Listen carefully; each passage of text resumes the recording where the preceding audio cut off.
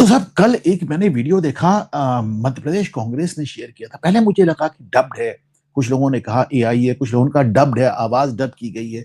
लेकिन फिर पता चला नहीं साहब, सही में महाराष्ट्र में नांदेड़ में एक कांग्रेस सांसद हैं रविंद्र चौहान। उन्होंने साहब उनके उनके नेतृत्व में एक प्रदर्शन हुआ और उसमें सनातन धर्म मुर्दाबाद के नारे लगे। जब देखें आप,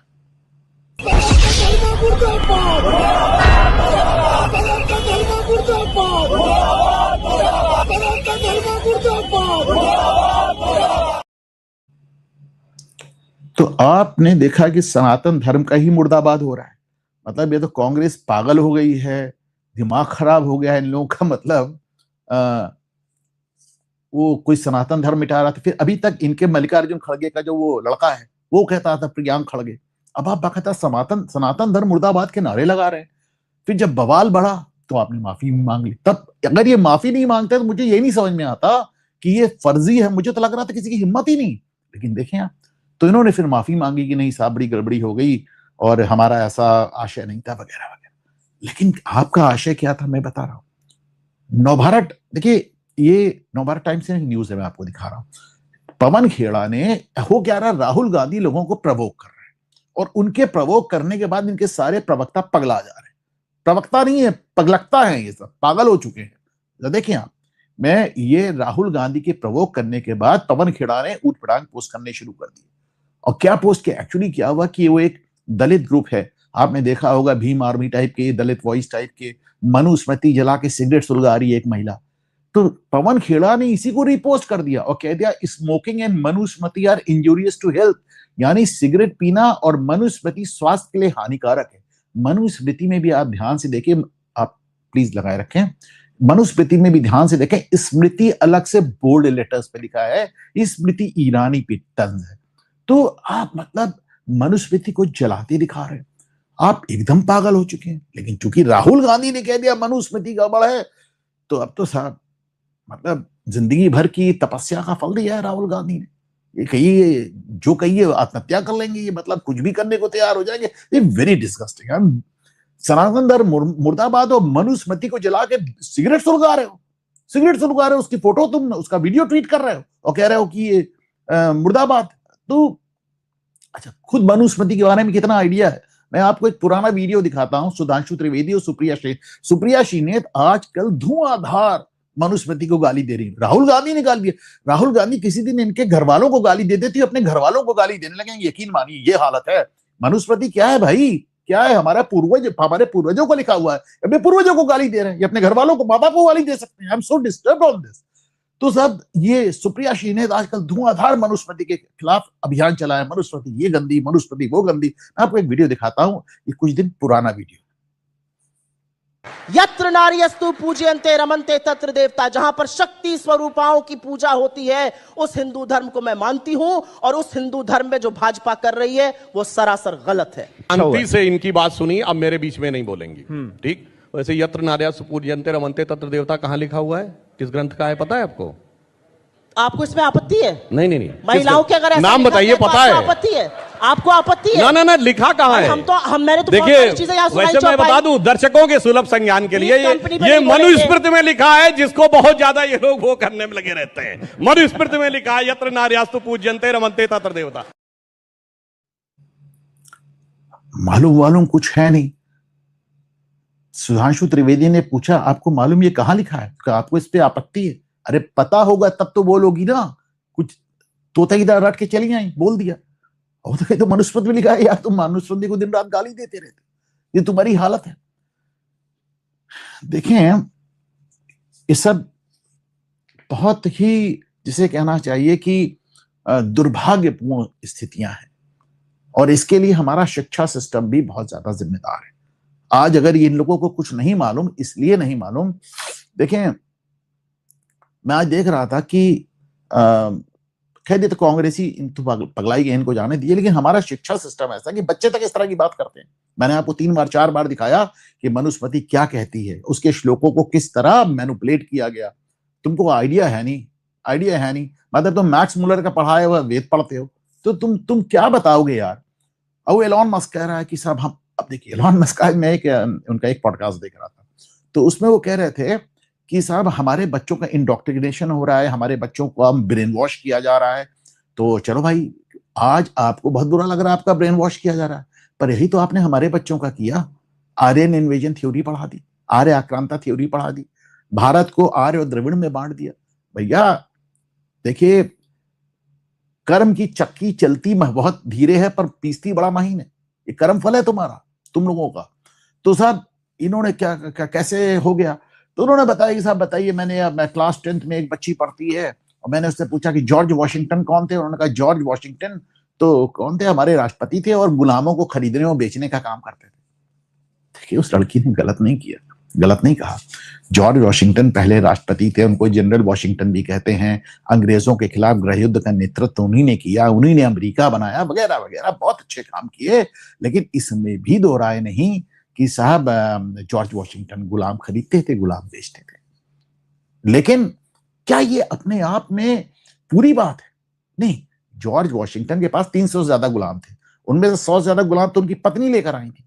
वो भी बड़ी एक रईस विधवा थी, मार्था, तो वो लेके आई थी। तो जॉर्ज वॉशिंगटन का धीरे धीरे हृदय परिवर्तन हुआ और 1799 में जब वो मरने लगे तो उन्होंने अपनी विल की कि भाई मेरे हिस्से के गुलाम उनको आजाद कर दिया जाए, जैसे मेरी पत्नी मार्था की मृत्यु हो। वो अलग बात है, मार्था ने उसको 2 साल बाद 1801 में ऐसे ही छोड़ दिया, उनकी इच्छा का सम्मान किया। ये दिखा था वॉशिंगटन का भी हृदय परिवर्तन हो रहा था। लेकिन वॉशिंगटन ने जो कुछ अच्छा किया, अच्छा भी किया। देखिए, इतिहास आज निर्मम होता है, उसमें अच्छा बुरा सब होता है। तो आपने अच्छा छिपा लिया और बुरा सब बता दिया आपने। वो आप हम सब जानते हैं कि 1865 में जाके फिर फाइनली अब्राहम लिंकन ने किस तरह दास प्रथा, गुलामी खत्म की। तो एलन मस्क की तारीख में गुलामी भी बड़ा डिफेंड करते हैं कि नहीं हमने गुलामी करनी। आप लोगों ने खूब गुलाम खरीदे, खूब गुलाम बेचे, हम सब जानते हैं। बहरहाल that is Elon Musk. My point is कि ये इंडोक्ट्रिनेशन जिसकी आप बात कर रहे हैं, जिस ब्रेन वॉशिंग की बात कर रहे हैं, हमारे बच्चों का आपने बहुत बहुत किया है। हम आज तक ब्रेन वॉश घूम रहे हैं। तुम तो मियाँ निकल गए और तुम्हारे यहाँ जो ये भूरे चपरासी रह गए वो आज तक उसी तरह की बातें दोहरा रहे जो तुम दोहरा के चले गए। तो ये बड़ा गड़बड़ है। और इसीलिए मैंने आपसे कहा था कि मैं आपको दिखाऊंगा कि एनसीईआरटी बुक्स में कितना पॉजिटिव डेवलपमेंट आया है। Let me show you. मैं आपको दिखाता हूं। मैंने ये सोशल मीडिया से वीडियो उठाया है और उसमें दिखाया गया है कि एनसीईआरटी, देखिए आप ये जैसे इसमें आप देखें, ये है गुरुकुल दिखाए जाने की, कैसे गुरुकुल में शिक्षा होती थी। अगला स्क्रीनशॉट दिखाएं। ये इसमें देखिए, ये उसी मनुस्मृति में, बहुत पास से देख नहीं पा रहा हूं इसे, शायद ये मनुस्मृति के उसी श्लोक का जिक्र नहीं, ये ऋग्वेद का श्लोक है। ये ऋग्वेद का श्लोक है जो कि बताता है, देखिए ऊपर दिखाया, देखिए वर्ण और जाति, ये बताते हैं कि मैं पोएट हूं, मेरी माँ ये है और मेरा पिता ये है, सब अलग अलग काम करते। यानी उन्होंने बताया कि कर्म के हिसाब से वर्ण बदल जाता था। ये बात इसमें बताई है। ये सबसे बड़ी बात है जो हमारे यहाँ जाति प्रथा पे सबसे बड़ा प्रहार है। फिर ये देखिए मनुस्मृति का वो श्लोक जो अभी सुप्रिया श्रीनेत रट्टू तोते की तरह सुना रही थी कि जहां नारी का सम्मान होती है वहां देवता रहते हैं। तो अरे इसमें देखिए, ये एनसीईआरटी की किताब, इसमें चारों वर्ण आश्रम आपको नजर आ रहा है। ये मैं कैसे कहना चाहे, अरे भाई लगा के रखें चौथा, ये चारों वर्ण आश्रम आपको इसमें नजर आ रहे हैं, जिसमें आप पहले आपका बाल्य अवस्था जिसमें आप शिक्षा प्राप्त करते हैं, फिर गृहस्थ आश्रम, फिर वानप्रस्थ आश्रम, फिर संन्यास आश्रम। ये सारी चीजें मनुस्मृति में, सॉरी एनसीईआरटी में पढ़ाई जा रही हैं। इसका एक वीडियो है मैंने जो सोशल मीडिया से उठाया है, हैव अ लुक। तो उसमें आपको नजर आएगा कि कितना एनसीईआरटी में बदलाव हो गया है और जाहिर सी बात है लोगों को ये बहुत पसंद आ रहा है। तो अब ये बहुत जरूरी था, लेकिन जब आप इन सब चीजों को देखें तो भूलिएगा नहीं कि ये वो चीजें हैं जिनकी वजह से धर्मेंद्र प्रधान को जाना पड़ा। ये वो चीजें हैं जिनकी वजह से धर्मेंद्र प्रधान के खिलाफ इतनी बड़ी साजिश हुई और धर्मेंद्र प्रधान बर्खास्त हुए। बहरहाल जहां तक पवन खेड़ा की बात है, इनको किरण रिजिजू ने पकड़ा बहुत सही। किरण रिजिजू 2 दिन से इनको रगड़ रहे हैं, अब ये जवाब नहीं दे पा रहे हैं।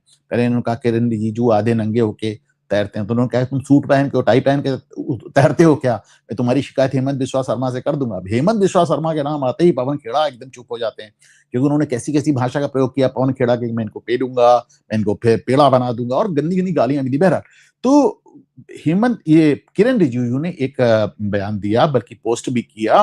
उन्होंने बताया कि तुम्हारी कैसे, तुम सारी बात है कि कांग्रेस के 2 सीनियर लीडरों ने मुझे बताया कि राहुल गांधी ने पवन खेड़ा से असम चुनाव के आखिरी समय में हेमंता बिस्वा शर्मा और उनकी पत्नी रिंकी शर्मा पे झूठे आरोप लगाने को कहा था। झूठ बोल दिया बेचारा, झूठ उल्टा पड़ गया, भागा भागा घूमने लगा। तो इनाम के तौर पे राज्यसभा की सीट दे दी गई, जिसके वे हकदार नहीं है। इनकी औकात इनको बता दी। जो बात सब लोग कह रहे थे, आज किरण रिजिजू के कहना मायने रखता है, सेंट्रल मिनिस्टर है। हेमंत बिस्वा शर्मा से उनसे पूछा गया। अब देखिए हेमंत बिस्वा शर्मा क्या कह रहे हैं, इसको बहुत ध्यान से समझिए। कब पवन खेड़ा पड़ गया? नहीं, हेमंत बिस्वा शर्मा इस बात को जानते हैं कि पवन खेड़ा फिर वही कानून की चक्की चलती धीमे पिसती महीने। तो उन्होंने कहा नहीं, मुझ पे इससे कुछ मत बुलवाओ, क्योंकि अब तो जो करेगी अदालत करेगी। सुनिए। पवन खेड़ा जी का साथ गुवाहाटी में पुलिस का साथ बहुत अच्छा वार्तालाप हुआ है। वो जो बोलना है वो बोल के आया है, वीडियो में भी बोल के आया है, ऑडियो में भी बोल के आया है। तो इसलिए मैं बहुत ज्यादा ये सब का बारे में चर्चा नहीं करना चाहता हूँ। वो जहाँ भी रहे खुश रहे, लेकिन उनका सारे स्टेटमेंट असम में रिकॉर्ड है। मैं बहुत ज्यादा ये सब में जाना नहीं। मैं समझता हूं मोदी सरकार की एक सबसे बड़ी उपलब्धियों में एक ये भी है कि योगी आदित्यनाथ, शुभेंदु अधिकारी, हेमंत बिस्वा शर्मा ऐसे मुख्यमंत्री हम लोगों को मिले, बड़ा कमाल का काम कर रहे हैं। हेमंत बिस्वा शर्मा को आज में देखिए जो कह रहे हैं, बेसिकली वो जानते हैं कि उस मामले में वो खुद पार्टी है, वो बोलना नहीं चाहते। उन्होंने कहा उनका ऑडियो आ गया, वीडियो आ गया, पुलिस को बयान आ गया, अब जो करेगी अदालत करेगी। पवन खेड़ा इस मामले से बच नहीं सकते। मेरा दावा है, आज मैं आपके सामने प्रेडिक्ट कर रहा हूं कि पवन खेड़ा की सांसदी जाएगी इस मामले में, 6 साल की सांसदी जाएगी। वो अलग बात है कि सुप्रीम कोर्ट स्टे कर दे, हाई कोर्ट स्टे कर दे, मैंने जाना, लेकिन पवन खेड़ा की सांसदी जाएगी इसमें। एक और बड़ी खूबसूरत बात कही हेमंत बिस्वा शर्मा ने, और वो उन्होंने जेन अल्फा को लेकर कहा। जेन अल्फा क्या होता है? उसको तो मुझे देखिए वो अल्फा याद आ जाता है, जो अल्फा आतंकवादी गुट है। बहरहाल उनकी बात कितनी सुंदर तरीके से उन्होंने इस बात को समझाया, जरा सुने आप। कि मेरे लिए कोई जेन अल्फा नहीं होते हैं। These are European concept. क्या जेन अल्फा है? हमारा बेटा बेटी का नाम जेन जी हो जाएगा, हमारा बेटा बेटी का नाम जेन अल्फा हो जाएगा, तब तो मेरा जब जेन अल्फा बोलते हैं मुझे तो अल्फा का याद आ जाता है। तो ये कैसा हो सकता है? तो हमारे लिए जो भी है वो मेरा अपना बेटा बेटी है। मेरा जेन अल्फा का पीछे बढ़ने का मेरा समय नहीं है। हम लोग उसको उल्फा कहते हैं, हेमंत बिस्वा शर्मा उसको अल्फा कहते हैं। बहरहाल तो कितने अच्छे से उन्होंने बताया कि हमारा युवा वर्ग है, हम इसको क्या जेनजी और जेन अल्फा क्या नाम दे रहे हैं। मुझे इनकी स्पीच अच्छी लगी।